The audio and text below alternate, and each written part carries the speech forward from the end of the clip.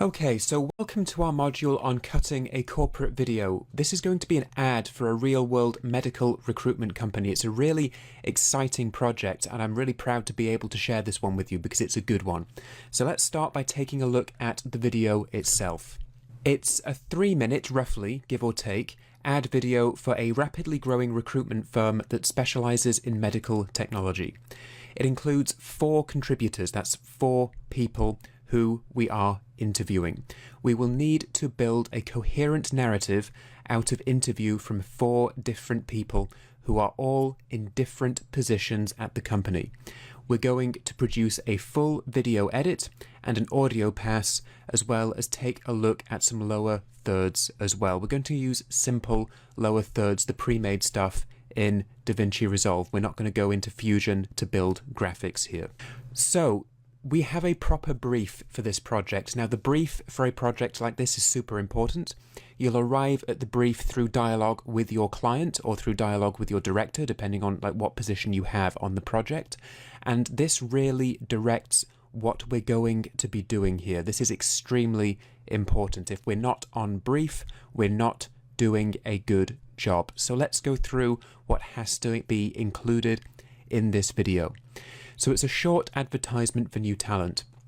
Projectus is growing fast and wants to employ more people in the relevant field. They are looking for a broad range of applicants, but ranging from relative beginners to advanced professionals. Now, there are some really key points to get across in this video. Now, I've sanitized this brief quite a lot to make the lesson a bit easier for everyone involved. We are, of course, beginning to learn editing here. We're not advanced. So what I've done is I've organized these points essentially in the order in which they will appear in our edit, just to make things easier to follow along for now.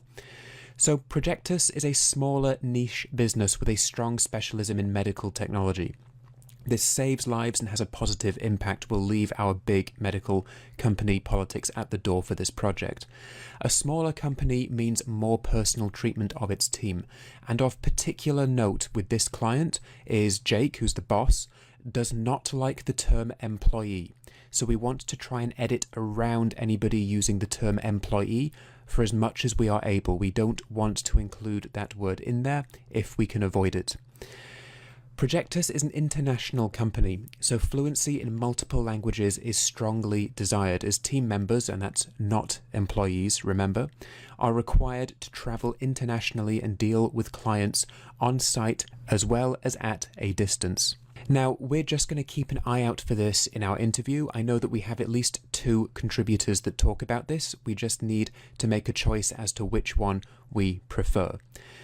Projectus offers an uncapped commission running from 30 to 50%, which is extremely high in this industry. This is a strong selling point to new talent. Team members are also offered share options in the company from day one. So there's basically a proportion of money from each deal that goes straight into the team member's bank account, and it's a very high proportion relative to other recruitment firms. This is really important. We have to make sure that this is kind of front and center here because it's what makes working at Projectus very desirable for new talent. Also, they have an option to own shares in a rapidly growing company, which is also very attractive. So this is kind of the big financial impetus to work here. We do have to give some focus to this one. We need to choose who introduces this idea and then who elaborates on it. It's probably best to have the boss introduce the idea and then have another team member elaborate on it afterwards. We are going to give deference to the boss, who is called Jake, who we will come across in the next few videos when we start looking at the select reels that we are going to use. Projectus offers a great deal of professional and personal support to its team members. A business and life coach visit every 2 weeks to give mentoring to team members. This is an extremely high pressure environment, and so supporting staff and supporting team members is very important as well. Recruitment has a reputation for extremely high staff turnover, and so Projectus want to try and address that by emphasizing the support they give to their new hire and their established team members as well. So this one is important. We probably want to have someone who isn't the boss talking about this, because it's all well and good the boss saying, yeah, we do this, but we want to hear it from the horse's mouth, so to speak. We want to hear this point coming from an employee who has been supported in this way.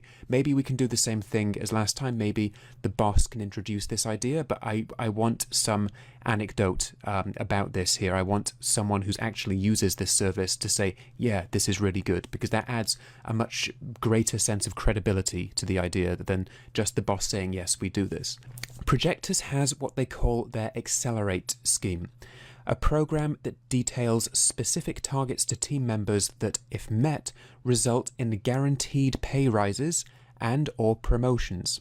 This is a big deal. So the point about joining up at Projectus is that you have a trajectory, you know where your career is going, and they really want to make that clear.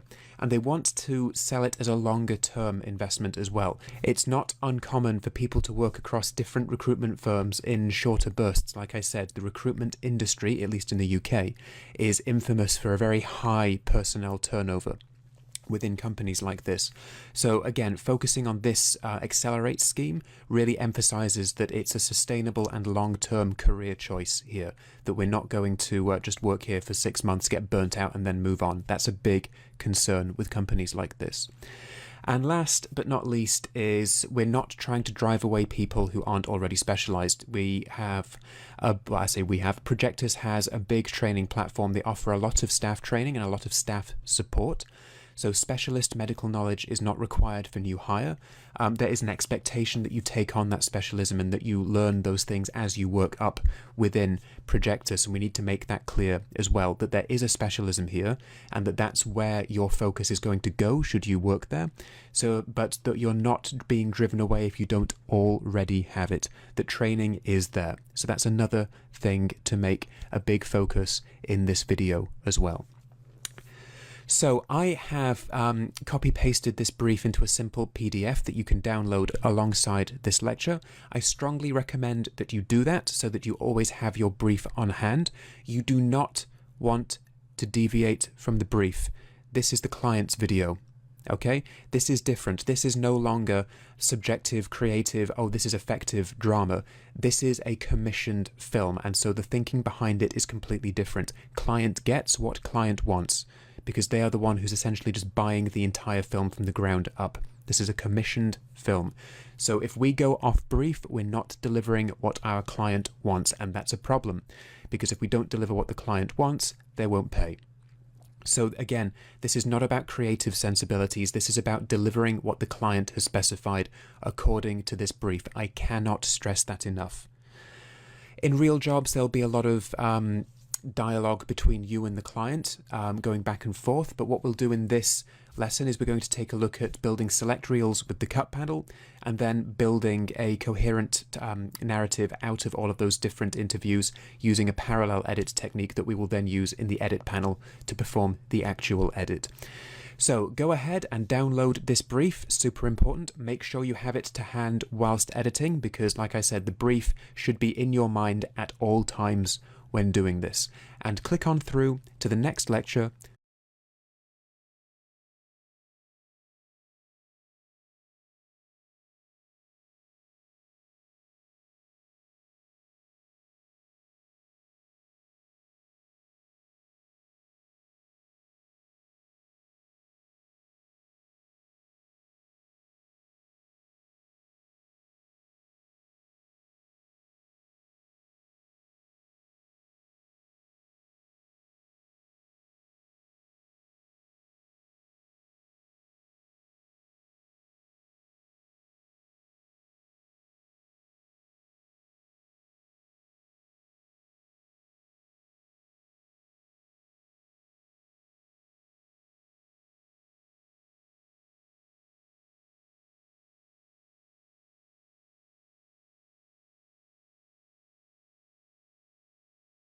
Right, before we get started on this, I just want to explain a very particular issue I had whilst recording these lectures. I've recently had a new workstation, and to my chagrin, I've found out that it has all kinds of software and hardware problems, resource conflicts, driver conflicts, particularly with USB devices for some reason. So I've actually had a very hard time keeping Resolve stable enough to record. I eventually got it to work, but one issue that has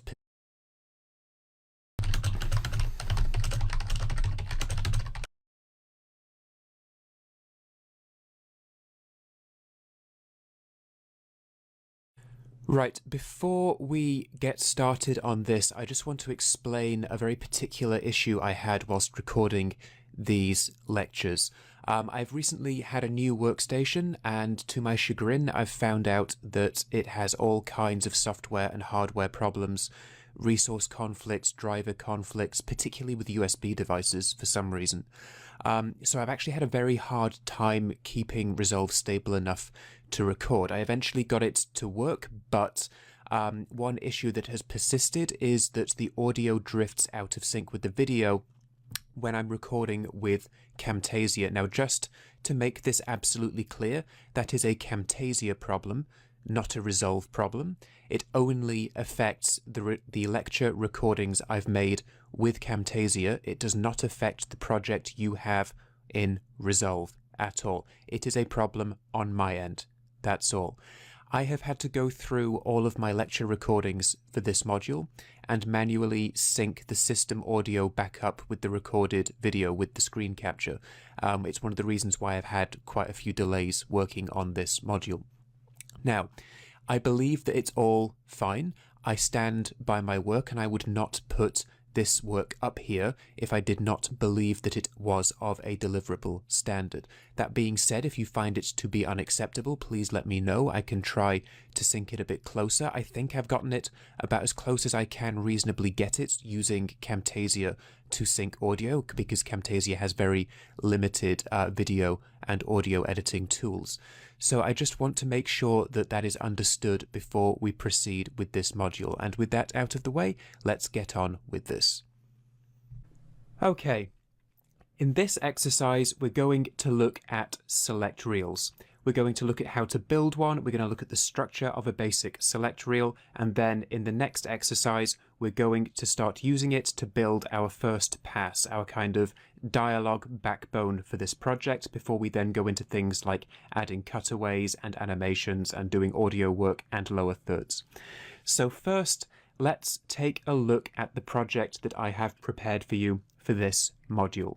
In the master bin, there are two bins, one for contributors, and a contributor is simply someone who we have interviewed for our project, whether that be for an ad, corporate communication, testimonial, or even documentary. We tend to use the blanket term contributor for a person that we interview in this way. There are 5 folders here. We have 4 contributors plus an extra folder for cutaways. Now we have Bernard, Ella, Jake, and Sarah. Jake is the boss, he has the most to say, and that's why I've left his select reel for this exercise. It gives us a good amount of practice for this project. Now I want you to have your brief to hand whilst doing this, because it does outline what we should be including, and it lets us know when we're beginning to deviate from the point, if we're going to kind of spread out a bit and look at other less important things in this project. So first, let's take a proper look at a select reel. I'm going to look at this example in the edit panel because it's an easier interface to read than the cut panel. If you're actually reviewing an edit, the cut panel is not a good place to do that. So let's take a look at this simple select reel that I've prepared for us here. This is me going through all of the different bits of interview with Bernard.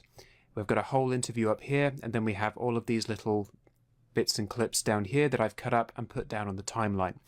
What I've done is I've reviewed this material. Let's take a look at this. Personally, myself, I was able to set a target to pay for a wedding, achieve that. I'll set myself a target next year and achieve it as well. One thing you might notice is that the audio appears out of sync on this recording. That is a machine issue I've had with a brand new workstation. It is perfectly in sync in the project that you have and in the project that I have. That is Camtasia being a little bit odd. I'll see if I can fix that for later videos. But for now, we're okay. So let's say I like this excerpt. I would just put this down on the timeline and put a marker around it. I've created duration markers here, and each one, if I mouse over it or double click, I can see the line that Bernard is delivering. And so when it comes to putting my edit together, I can just mouse over this and I can see what I've got. Within these ranges, I have either multiple takes or the same or different takes from different angles. So let's take a look at these two cuts here. Often I'll go for a beer or a coffee with candidates and clients. Often I'll go for either a beer or a coffee with both clients and candidates to really understand their needs. Now, organizing it like this lets me review multiple takes side by side very, very quickly. And I wish I could open this timeline up in the cut panel, because that would be a really nice way to work, but sadly we cannot. That's, in my opinion, one of the big things missing from the cut panel. But once I've gone through and organized my selects in this way, actually reviewing multiple takes or reviewing different angles of the same take becomes very, very easy. I just have to play. Let's do this again. We're an international business here at Projectus. I travel a lot to different conferences, to different client meetings. I've got to meet all my clients to make sure I really understand their recruitment needs. We're an international business. I do a lot of traveling. I go over to different conferences and different meetings to different clients across Europe. It's a great way to get in front of people and really understand exactly what their recruitment needs are.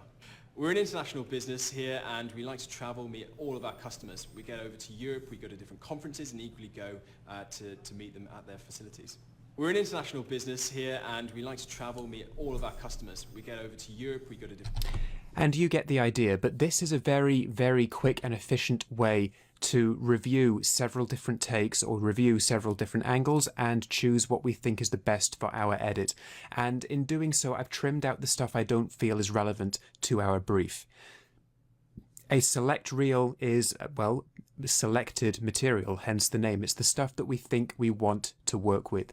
Now, the truth is, we are unlikely to get absolutely everything we're going to use in our edit whilst doing this. So there's a certain amount of going back and scrubbing through rushes again as well. But once we've done this, we can much more easily make executive decisions on what cut we want to use where, basically, because it's much easier to go through and review all of these things. So every time I've done this, I've made the duration marker and I've put a bit of information in there so I can quickly tell which part is what. And this is exactly what we're going to do with Jake. We're going to cut a select reel for Jake in the course of this exercise. So first I want to open up Jake's folder. In fact, first I want to go to the cut panel, because we will do this in the cut panel. I want to make sure that I am in Jake's folder.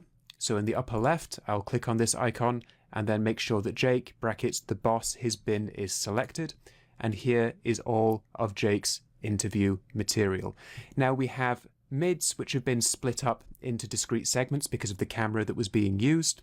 We have a full interview on a close-up which was shot on a pocket camera which doesn't segment its files. And we also have the audio recordings. Now I've already synced all the audio in this project for you. You don't have to worry about that. So we're going to open up the empty timeline for Jake's selects. And we can do that very easily by going up to the drop-down menu above the viewer or the monitor here, where it currently says Bernard Selects, clicking on the chevron, and we can just choose Jake Selects. And now we're in the empty timeline for Jake's interview. So now it falls to us to start reviewing all of the material we've got. Now, the source tape actually makes that quite painless. Remember, in the upper left of the monitor, we have the source tape icon. I will click this, and now this makes skimming through all of my interview excerpts that little bit easier, because I can just play them back to back. And what we basically need to do is we need to review all of this material and just pick out the bits that we like. Now we can play it at double speed if we like, provided we can pick out the words. Jake does speak fairly quickly, not unlike myself, so at double speed it might be a little difficult to understand. But we've only got about 13 minutes of rush here, plus the end part here, the full take, so it's not going to take that long. The only way to do this is to get started, so I will begin playing.